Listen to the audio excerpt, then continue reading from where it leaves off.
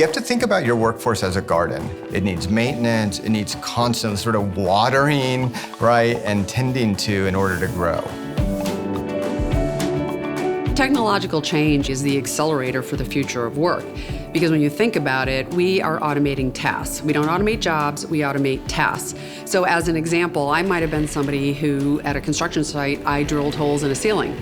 Now we have robots that do that with sub-millimeter accuracy. Now my job might be that I'm maintaining that robot. The future of work is kind of an all-encompassing catch-all phrase for when folks want to talk about how work, labor markets, corporates are engaging with the workforce. And I think that it's a little bit of a misnomer simply because we say the future of work, we're talking about the present day. These changes are happening today. We're starting to find that the pandemic is accelerating adoption of technology and of automation. Think about things like safety in a manufacturing facility, safety on a construction site. We actually see this today where you see shortages in the construction sector, and that is because the skills and competencies that are necessary for those jobs today are new and changing and evolving.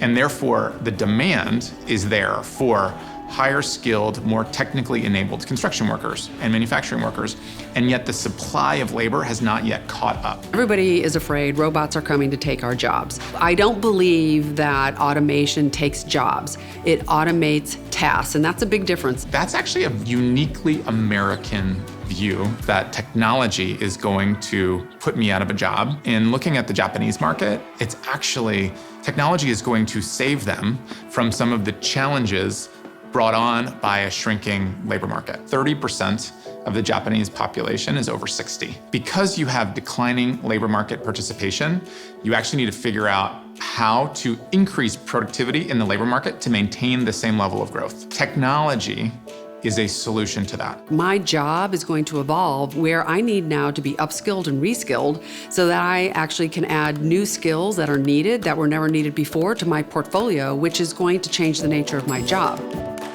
If you go back to the 1980s, personal computers, they drove a technological change. They changed tasks of clerical workers, of workers across a variety of functions, from office jobs to like warehouse jobs. And that was profound, and that shifted and transformed a lot of work. The difference here, though, is that AI and machine learning in particular can go well beyond, any single job function. So it'll impact all industries.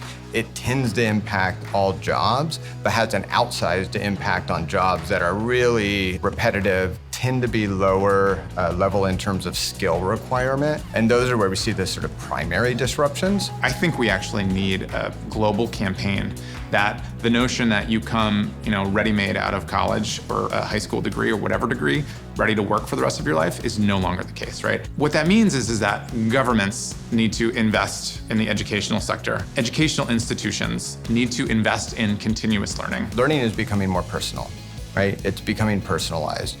And the personalization is being driven by data.